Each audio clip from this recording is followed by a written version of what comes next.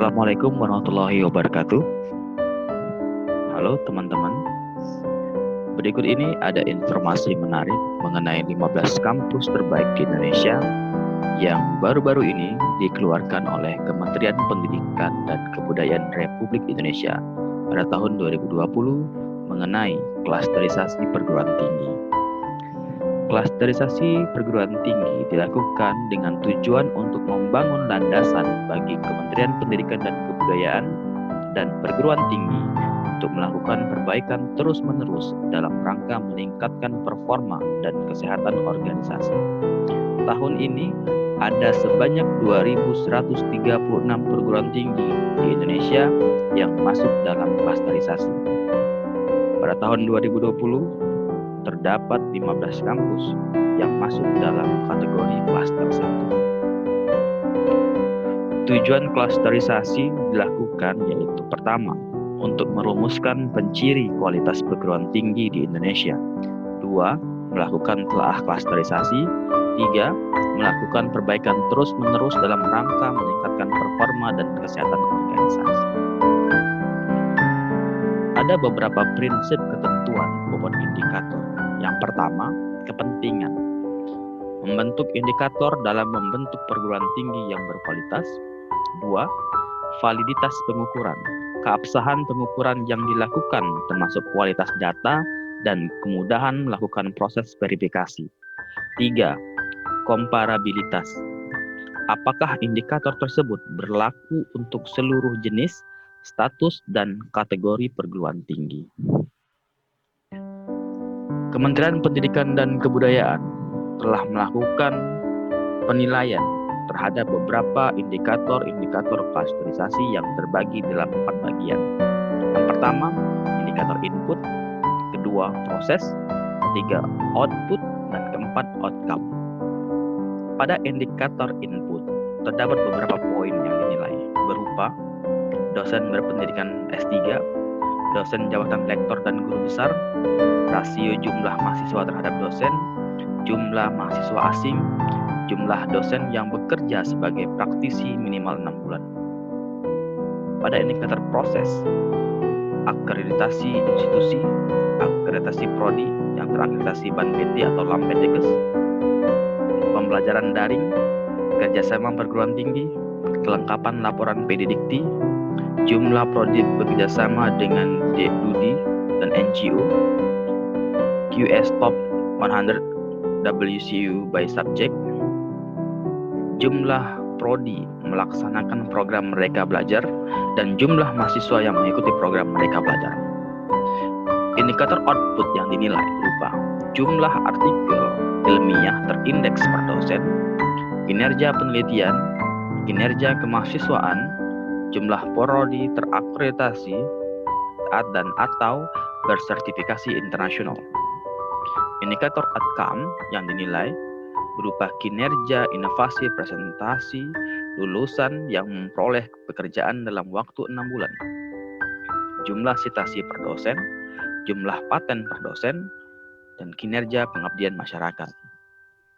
Total perguruan tinggi yang dilakukan klasterisasi pada tahun 2020 yaitu sebanyak 2.136 perguruan tinggi. Hasil yang didapatkan oleh Kementerian Pendidikan dan Kebudayaan terhadap klasterisasi yang dikeluarkan pada tahun 2020 pada tanggal 18 Agustus mendapatkan pemeringkatan perguruan tinggi terbaik pada tahun 2020. Urutan pertama ditempati oleh IPB University atau yang dikenal dengan IPB. Urutan kedua yaitu Universitas Indonesia. Urutan ketiga ditempati oleh Universitas Gadjah Mada. Urutan keempat ditempati oleh Universitas Airlangga. Urutan kelima ditempati oleh Institut Teknologi Bandung. Selanjutnya, Institut Teknologi 10 November berada di posisi ke-6. Posisi ke-7, Universitas Hasanuddin yang ada di Makassar, Sulawesi Selatan. Universitas Brawijaya di urutan ke-8. Universitas Diponegoro Semarang ada di urutan 9. Universitas Pajajaran ada di peringkat nomor 10. Peringkat 11 ditempati oleh Universitas 11 Maret Surakarta. Urutan ke-12 ditempati oleh Universitas Negeri Yogyakarta. Urutan 13 ditempati Universitas Asal Sumatera, Universitas Andalas, Padang, Sumatera Barat. Dilanjutkan pada provinsi sebelahnya, Universitas Sumatera Utara yang berlokasi di Medan pada peringkat 14. Dan urutan ke-15 yaitu Universitas Negeri Malang. Terdapat 15 perguruan tinggi yang masuk dalam klaster 1 dengan jumlah skor tertinggi yaitu pada Institut Pertanian Bogor dengan jumlah skor 3,648 dan Universitas Negeri Malang dengan skor 2,747 pada urutan ke-15. 15 perguruan tinggi ini dapat menjadi referensi kita semua dalam melanjutkan studi selanjutnya, baik jenjang S1, D3, Diploma 3, S1, S2 maupun S3 dalam meningkatkan kapasitas kita mencari ilmu pengetahuan di Indonesia. Apabila kita bagi menjadi indikator-indikator penilaian tadi, maka untuk indikator input perguruan tinggi dengan skor tertinggi yaitu pada ditepati oleh Universitas Hasanuddin dengan skor 4,0. Urutan kedua yaitu Institut Pertanian Bogor dengan skor input 3,960. Lalu yang ketiga ditempati oleh Universitas Pendidikan Indonesia dengan skor 3,735. Pada penilaian indikator proses, perguruan tinggi dengan skor tertinggi yaitu Institut Pertanian Bogor dengan skor proses 3,757. Urutan kedua ditempati oleh Universitas Negeri Yogyakarta dengan skor proses 3,722. Urutan ketiga ditempati oleh Universitas Pajajaran dengan skor proses 3,672. Selanjutnya, apabila melihat pada indikator output,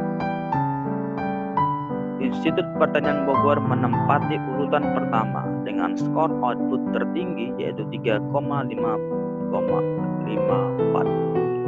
Ditempati urutan kedua ada Universitas Indonesia dengan skor output 3,549 dan urutan ketiga Universitas Gadjah Mada dengan skor output 3,385. Apabila melihat pada indikator outcome, Institut Pertanian Bogor masih menduduki urutan pertama dengan skor outcome 3,427. Urutan kedua Institut Teknologi Bandung dengan skor outcome 3,055 dan urutan ketiga diikuti oleh Universitas Indonesia dengan skor outcome 3,049. Oke, cukup sekian. Itulah informasi-informasi yang didapatkan mengenai klasterisasi perguruan tinggi pada tahun 2020 oleh Kementerian Pendidikan dan Kebudayaan.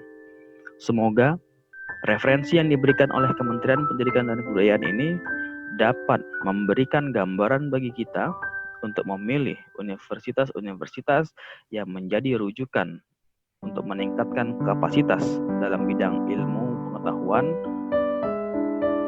dan semoga perguruan tinggi lainnya dapat menunjukkan kinerja, peningkatan performa sehingga dapat mewujudkan optimalisasi perguruan tinggi dengan kualitas pembelajaran yang sangat baik.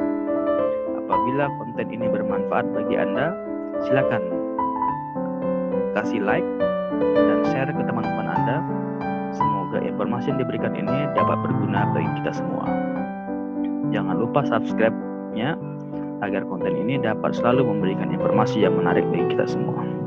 Cukup sekian dari saya Hairi.